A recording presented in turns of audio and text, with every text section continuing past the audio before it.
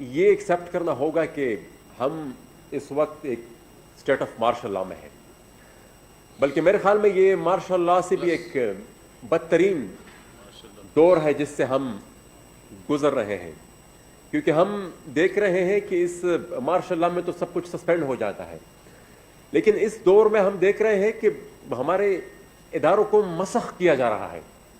ہمارے پارلیمانی روایات کو مسخ کیا جا رہا ہے، ہمارے جوڈیشری کے ساتھ بھی یہی عمل کیا جا رہا ہے، ہماری میڈیا کے ساتھ جتنے بھی ادارے ہیں ان سب اداروں کے ساتھ یہی عمل ہو رہا ہے۔ تو میرے خیال میں سب سے پہلے تو یہ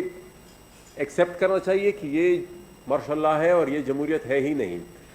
اور یہ جو تحریک اب شروع ہوگی، میری تجویز یہ ہے ایک ادنا سے پولیٹیکل ورکر کی حیثیت سے، یہاں پر میرے کافی بڑے مشران اور سیزنڈ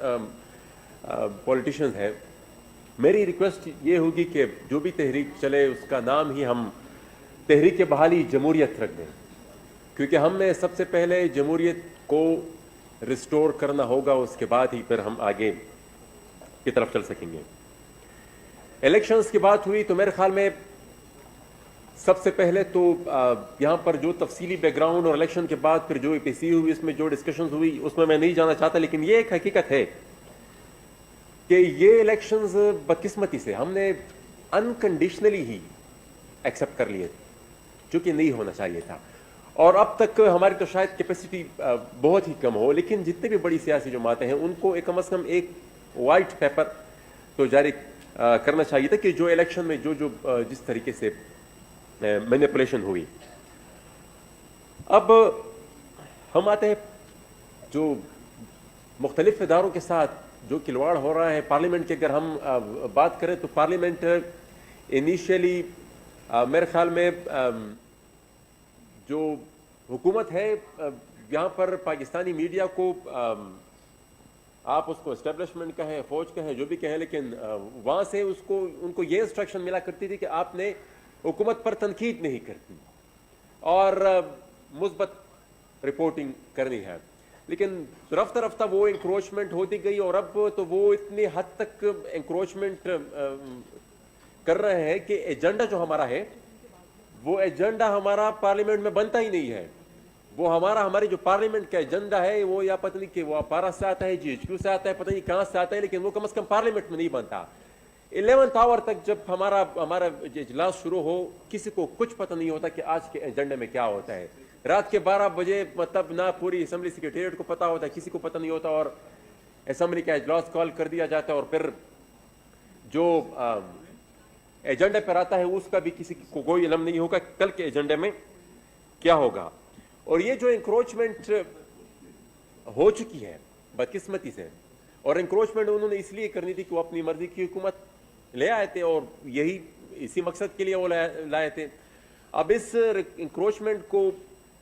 رول بیک بھی کرنا ہوگا، اور یہ کوئی اتنا آسان کام نہیں ہوگا، کیونکہ یہ ہمارے بھائی صاحبان جو جگہ ایک دفعہ میرے خیال میں جس پر قبضہ کر لیتے ہیں وہ پھر بڑی مشکل سے اس کو چھوڑتے ہیں، تو اس کے بارے میں بھی کوئی اسٹریٹجی بنانی ہوگی۔ جوڈیشری مطلب پورا کا پورا پارلیمنٹری پروسیس ہی بلڈوز کر دیا جاتا ہے۔ اب پچھلے دنوں جو سین ہوا، مطلب بل پاس ہو رہے ہیں، مطلب وہ ایک معمولی سی ریکویسٹ جو تھی اپوزیشن کی کہ بھائی آپ ری کاؤنٹ کریں، تو وہ تو جمہوری پروسیس کا بنیادی حصہ ہے، وہ ری کاؤنٹ پر بھی وہ جو اسپیکر صاحب تھے وہ ایگری نہیں ہو رہے تھے، تو مطلب یہ تو کل کو شاید ایک ایسی لیجسلیشن بھی آئے جس میں مخالفت میں 100 ووٹ ہو اور اس کے فیور میں 30 ووٹ ہو، لیکن وہاں سے اوپر اسپیکر صاحب کہتے کہ نہیں یہ جو 30 ہے یہ زیادہ ہے اور یہ جو 100 ہے یہ کم ہے۔ تو یہ جب میں شروع میں جیسا میں نے کہا کہ یہ جمہوریت ہے ہی نہیں، جمہوری اقدار میں جمہوری روایات میں اس طرح نہیں ہوتا۔ ساتھ ہی ساتھ اگر ہم جوڈیشری کی بات کریں تو جوڈیشری میں یہاں پر فائز عیسیٰ صاحب کی بات ہوئی کہ کس طریقے سے پھر اس کو نیب یا مختلف اداروں کے ذریعے پہلے ایک ریفرنس بھیجا گیا، پھر ریفرنس کے بعد اس کا کیس کہیں اور بھیج دیا گیا۔ میرے خیال میں ہماری سیاسی قوتوں کو فائز عیسیٰ صاحب کے ساتھ اس کے ساتھ سٹینڈ لینا چاہیے تھا، اس طریقے سے ہم نہیں کھڑے ہوئے ان کے ساتھ جس طریقے سے ہمیں فائز عیسیٰ کو سپورٹ کرنا چاہیے تھا۔ کیونکہ یہ اگر وہ پھر اسی طرح کے چند ہی مطلب کریڈیبل لوگ اگر آئسولیٹ ہوتے رہے اور وہ پھر ان کو نشانہ بنایا جاتا رہا تو پھر میرے خیال میں پھر یہ لوگ ختم ہوتے جائیں گے. اسی طرح ہمارا پشاور ہائی کورٹ کے چیف جسٹس صاحب ہے وقار سیٹھ صاحب, ان کا بھی یہی سین ہے. انہوں نے پرویز مشرف کے کیس میں ایک فیصلہ سنایا اور اس فیصلے کی پاداش میں ان کی جو ایلیویشن تھی سپریم کورٹ میں اس کو بلاک کر دیا گیا اور ان سے کئی گنا جونیئر جج صاحب کو لاہور ہائی کورٹ سے پروموٹ کر کے سپریم کورٹ کا جج بنا دیا گیا. اچھا, میڈیا کی جب ہم بات کریں تو میڈیا پر بھی میرے خیال میں وہ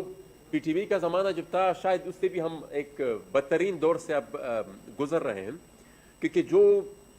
سینئر اینکر جو سوالات اٹھاتے ہیں ان کو نوکری سے فارغ کر دیا جاتا ہے. جو صحافی حضرات سوشل میڈیا کا استعمال کرتے ہیں ان کو بھی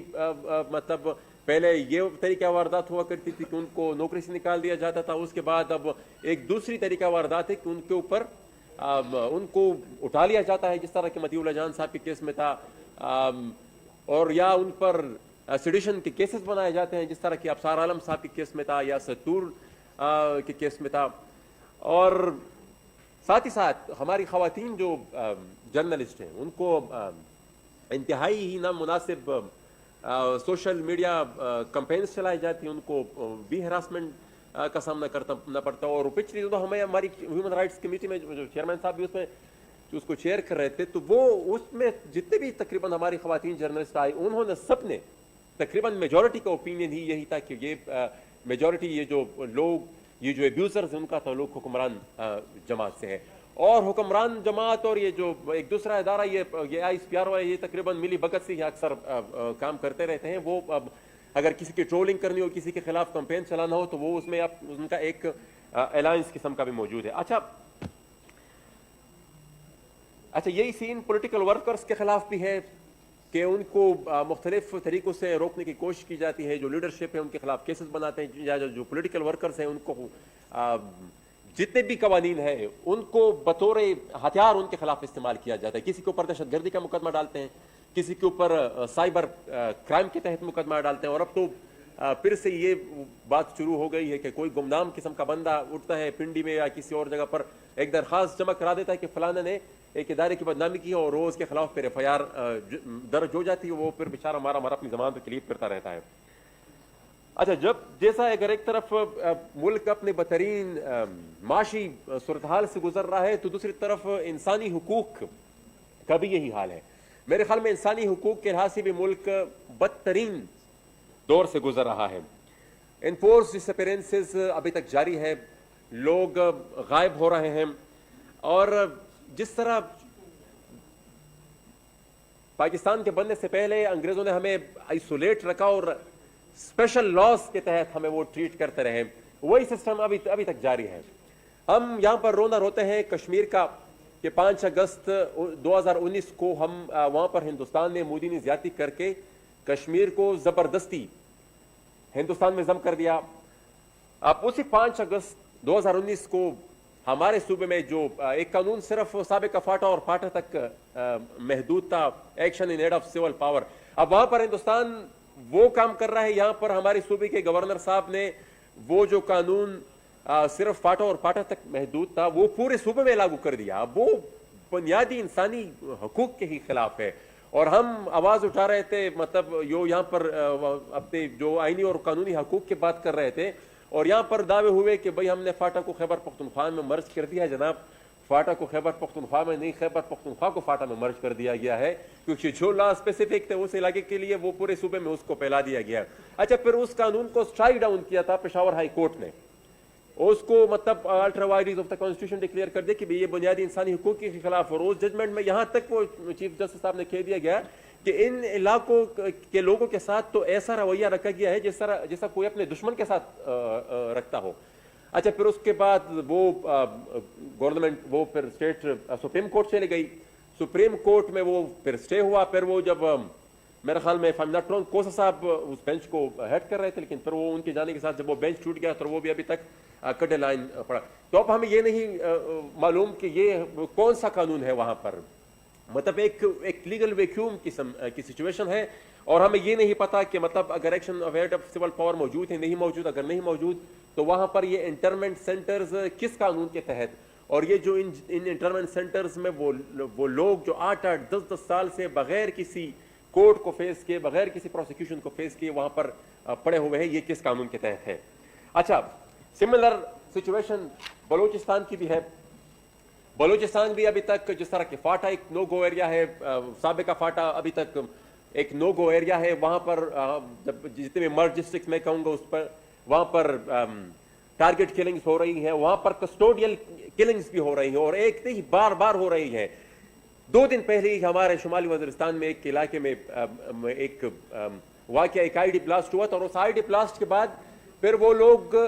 کو کلیکٹیو پنشمنٹ کا نشانہ ابھی تک بناتے ہیں. ایف سی آر چلا گیا لیکن وہ کلیکٹیو پنشمنٹ جو کسی زمانے ابھی تک وہ, اور وہ اتنا بروٹل ہے کہ ایک آئی ڈی اٹیک جو سیکیورٹی ایجنسیز کی اپنی نیگلیجنس کی وجہ سے ہوا, کیوں کر ہوا, کہاں سے لوگ آئے, کس طرح انہوں نے یہ چیز پلانٹ کی, یہ سیکیورٹی اداروں کی ریسپانسبلٹی ہے. جب وہ اس میں فیل ہوتے ہیں تو اس کی سزا وہ عام عوام کو دیتے ہیں.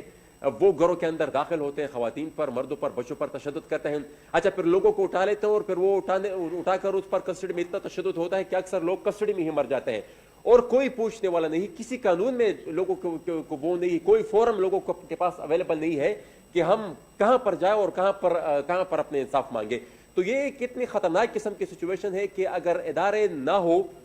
تو پھر ظاہری اور ادارے جہاں پر مثال ریاستی ادارے قانون اپنے ہاتھ میں لیں اور مارا ہوا قانون وہ اس طرح کی کاروائیاں کرے تو پھر تو ظاہری بات ہے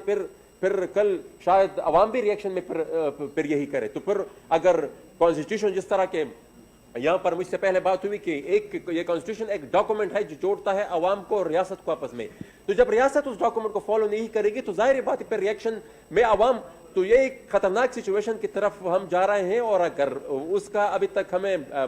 ہم نے روک تھام نہیں کی تو میرے خیال میں we will lead toward an irreparable loss. Same situation Balochistan کی ہے, وہاں پر بھی اسی طرح ایکسٹرا جوڈیشل کلنگز ہو رہی ہے. حیات بلوچ کے کیس میں جب بہت زیادہ شور ہوا, بہت زیادہ وہ اس والدہ کی اپنے اس بچے کے ساتھ تصویر وہ جس نے سب کو رلا دیا تھا, اس کے بعد اور سوشل میڈیا پر شور مچا پوری دنیا میں, اس کے بعد پھر وہاں پر آئی جی ایف سی ان کے پاس تعزیت کرنے گئے. اور میں یہ بھی یقین سے کہتا ہوں, میں نے پارلیمنٹ کے فلور پہ بھی یہ بات کی تھی کہ اگر آئی جی ایف سی وہاں پر نہ جاتے تو یہ حکومت اس حیات بلوچ کے قتل کو بھی ڈیفینڈ کر رہی ہوتی. یہ اتنے حد تک اپنی نوکریوں کو چھپانے کے لیے جا چکے ہیں کہ میرا دعویٰ ہے کہ یہ حیات بلوچ کے قتل کو بھی, جس طرح کے خڑ کمر کے واقعے کے بعد وہ الٹا جن لوگوں نے گولیاں چلائی تھی, جن لوگوں نے مارا تھا, ان لوگوں کو پروٹیکٹ کر رہے تھے on the floor of the house. یہ میرے خیال میں حیات بلوچ کے کیس میں بھی بلوچستان ایک لو گو ایریا ہے, وہاں پر کسی کو جانے کی اجازت نہیں دی جاتی. میں چند دن پہلے وہاں پر گیا تھا, مجھے ایئرپورٹ سے واپس بھیج دیا گیا. تو یہ اور یہاں پر ہمیں المیہ یہ ہے کہ پوری ریاست ایک چیز پر, یہاں پر نیشنل ایکشن پلان پر پوری پاکستان کی سیاسی قیادت ایگری کر چکی تھی کہ بلوچستان کے مسائل کا سیاسی حل نکالنا ہوگا, لیکن پھر بھی اس کے اوپر عمل نہیں ہو رہا. اچھا, یہ جو میں نے ایکس فاٹا کی جو یہاں پر واقعات ہوتے ہیں جو پھر لوگوں کو تشدد کا نشان بنایا جاتا ہے, میں نے اس دن پارلیمنٹ کے فلور پہ بھی یہ بات کی تھی کہ یہ ایک اس مصنوعی جنگ کا نشانہ کی سزا ہمیں دے رہے ہیں جو یہاں پر پاکستانی جرنیلوں نے اپنی کمائی کے لیے شروع کی تھی. اب پوری دنیا دیکھ رہی ہے. یہاں پر ابھی جو ایک اسکینڈل آیا ہے حسین سعید رحیم باجوہ صاحب کا, اس کی جب آپ وہ ایسٹس نکال کر دیکھ لیں, وہ اس کی جو ریشو ہے اس نے گروتھ ہی 2001 سے بات کیا ہے. مطلب 9/11 کی بات ہی وہ, اور یہ تو صرف ایک معمولی قسم کا ایک گلمس تھا. اب جب یہ مزید یہ پینڈورا باکس کھولے گا, پتہ نہیں اس میں سے کیا نکلے گا. یہ صرف ایک بندے کی اتنی بڑی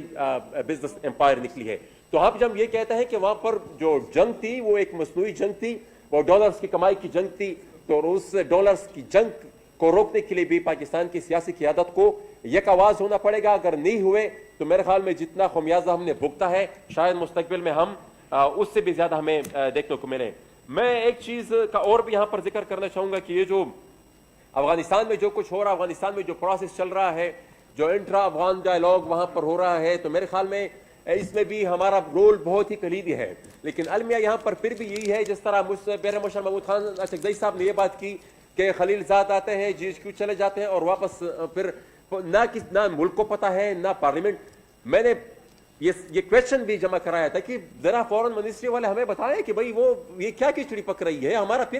پھر سے کردار کیا ہے، لیکن کسی کو ابھی تک کچھ علم نہیں ہی۔ وہ جو ڈیولپمنٹ ہو رہی ہے وہ ہمارے خطے کے لیے انتہائی اہم ہے، اس سے ہم اپنے آپ کو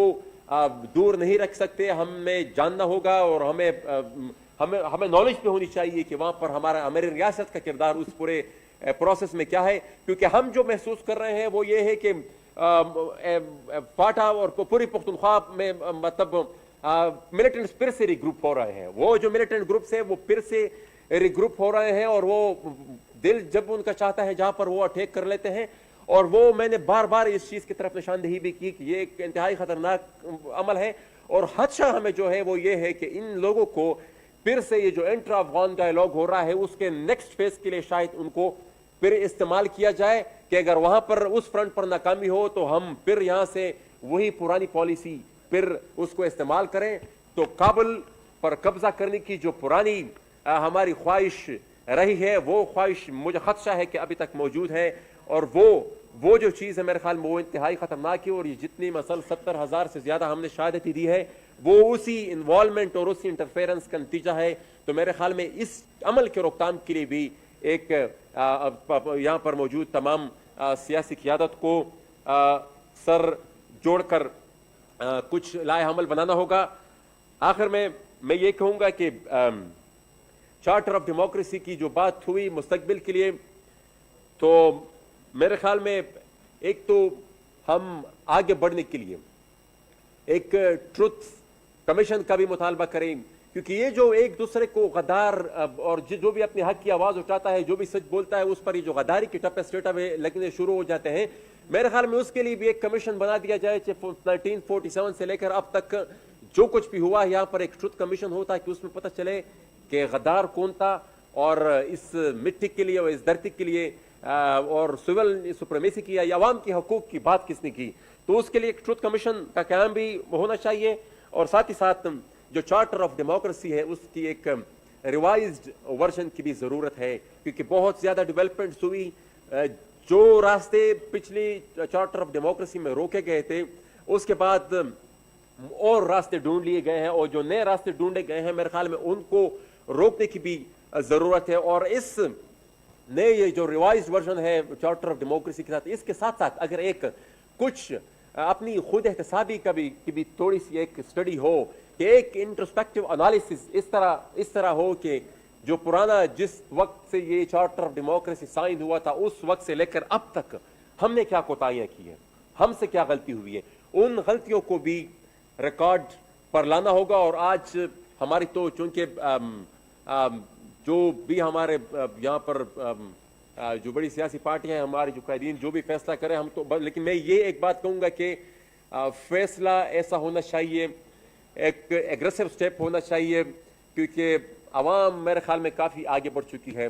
اور سیاسی قیادت میرے خیال میں ابھی بھی کافی پیچھے ہے۔ پھر ایسا نہ ہو کہ ہم پیچھے ہی رہ جائے اور ہماری عوام